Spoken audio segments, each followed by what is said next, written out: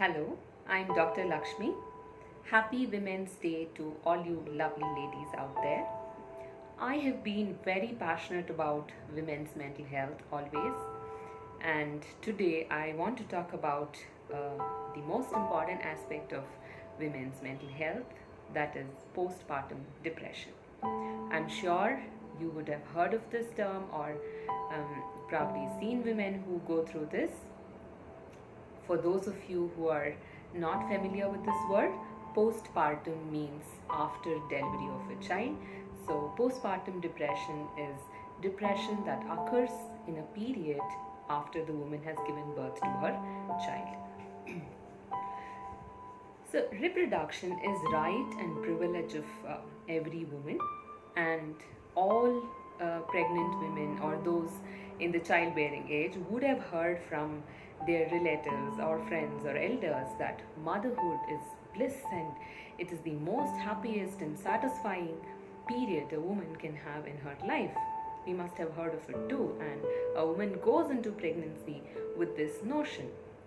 But honestly, childbirth and the period after that can be painful for many women, irrespective of whether they acknowledge it or not.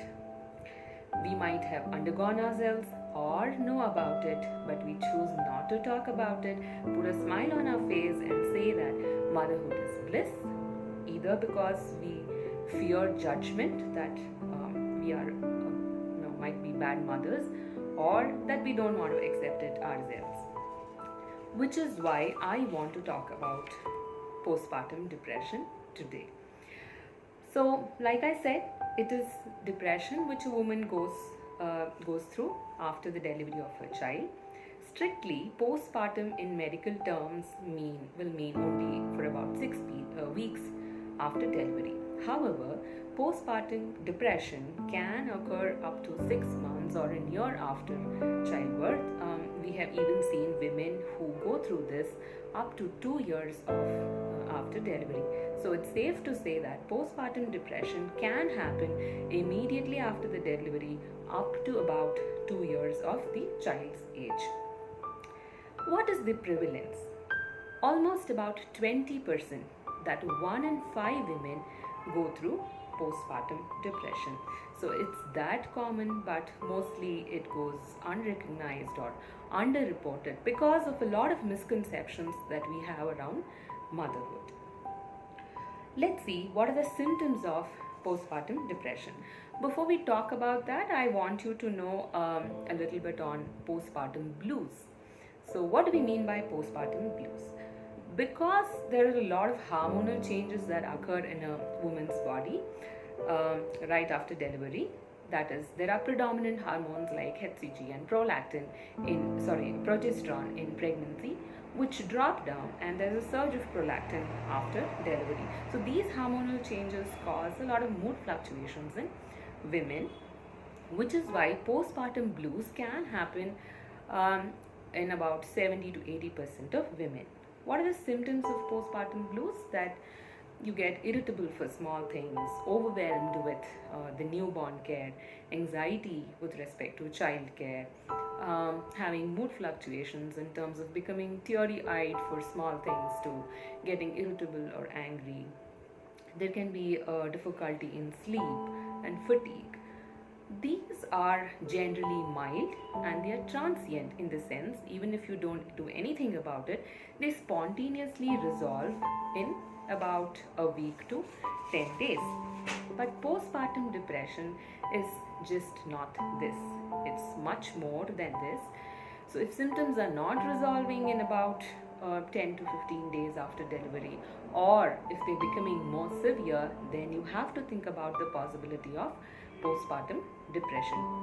Because if you're confusing it to blues, then the woman is made to go through depression and suffer throughout without taking any help. So, what are the symptoms of postpartum depression? And it can last for weeks to months, depending on the woman's case. The symptoms can be feeling low or generally very emotionally charged and overwhelmed, lot of anxiety related to her own health or the child's health, crying frequently, anger and irritability. These fluctuations can be noted. Sleeplessness. See, I understand that with a newborn, sleep can be disrupted for all women. However, in postpartum depression, the woman is unable to sleep even though the child is sleeping or there's somebody else taking care of the child. She has the time to sleep, but then she's unable to fall asleep because of a lot of worries. Worry about being inadequate as a mother, or how will I do this task, and always fearing judgment. There'll be no interest to do any work or pleasurable activities that were making her happy earlier. In extreme cases, there can be even thoughts of harming oneself, a lot of agitation and fatigue. So these symptoms can go on for weeks to months. When it comes to thoughts about the baby, there can be anger and resentment towards the baby. At one end, you might feel sorry for the baby because you're feeling that you're not a good mother. At the other end, there can be anger that because of the baby, all these things happened. And when extreme emotional, when the woman is very emotionally charged, there have also been instances where she is yelling at the child or hitting the child or even trying to harm the child.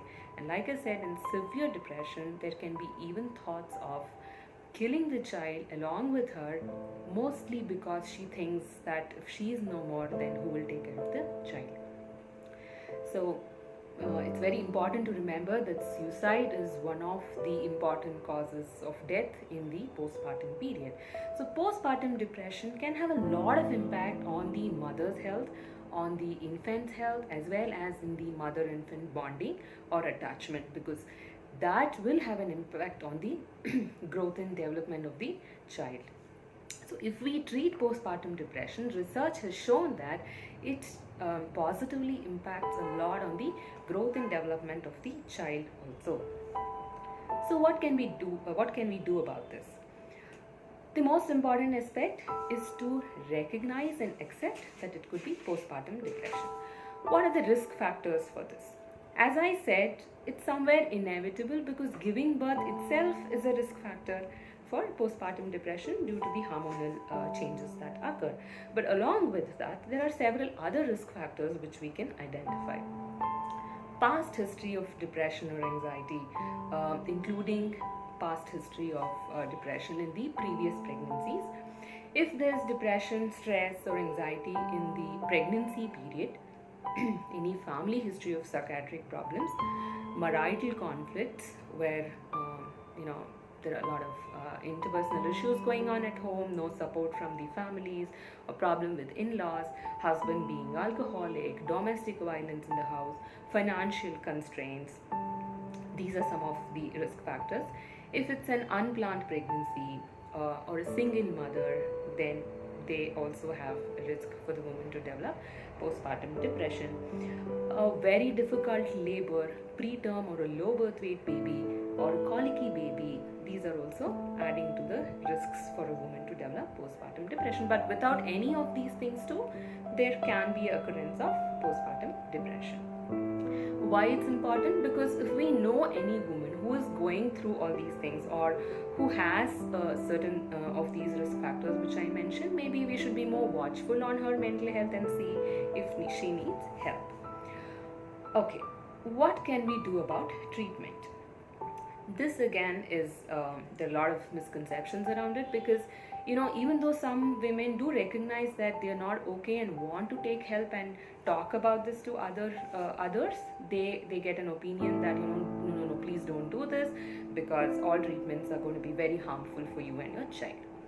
This is totally false. We psychiatrists and psychologists or anybody in mental health who are working in mental health do understand the importance of breastfeeding, and we very well know that we should not be affecting the health of the child.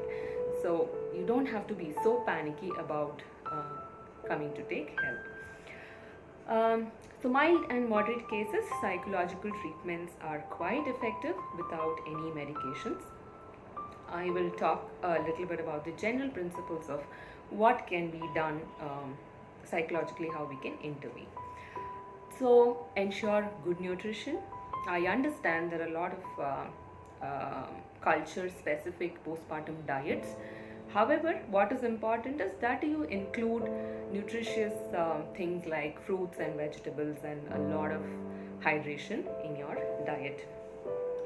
Exercise, again, there are misconceptions that you should not exercise in pregnancy and the period after delivery, which is not true. So, get to know from experts as to what exercise can be done and what things in yoga can be done. Sleep and rest is again important. Even though you are like waking up every 1 or 2 hours in order to feed the baby, please understand that sleep is extremely important. Nobody can function with just 2 hours, 3 hours of sleep for periods of months to years.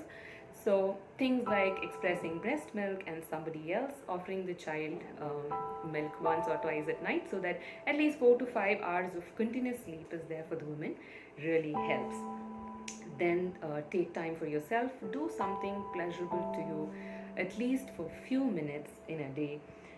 Take social support, it's very important, and it's okay to ask our family and friends that we need, we are overwhelmed and we just need help in terms of taking care of the baby.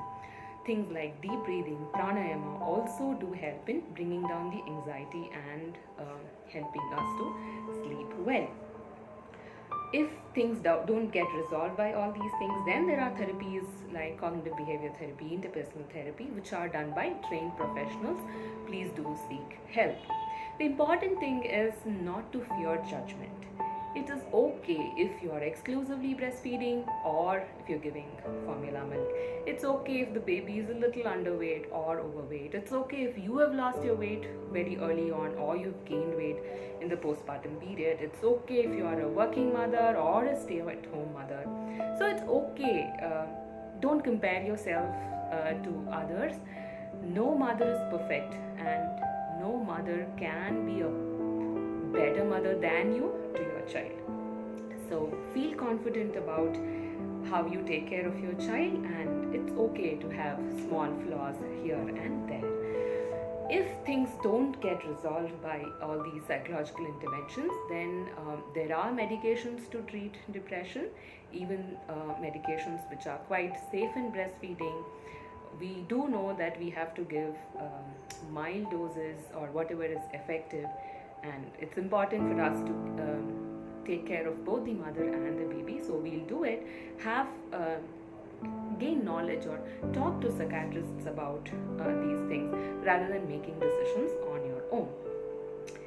So finally, the take-home message is that childbirth and the postpartum period needn't always be very, very pleasurable like people tell you. It can be painful too, and it's important that we acknowledge it, take help, and work towards betterment so that it helps in the overall health of the mother as well as the development of the child. Thank you.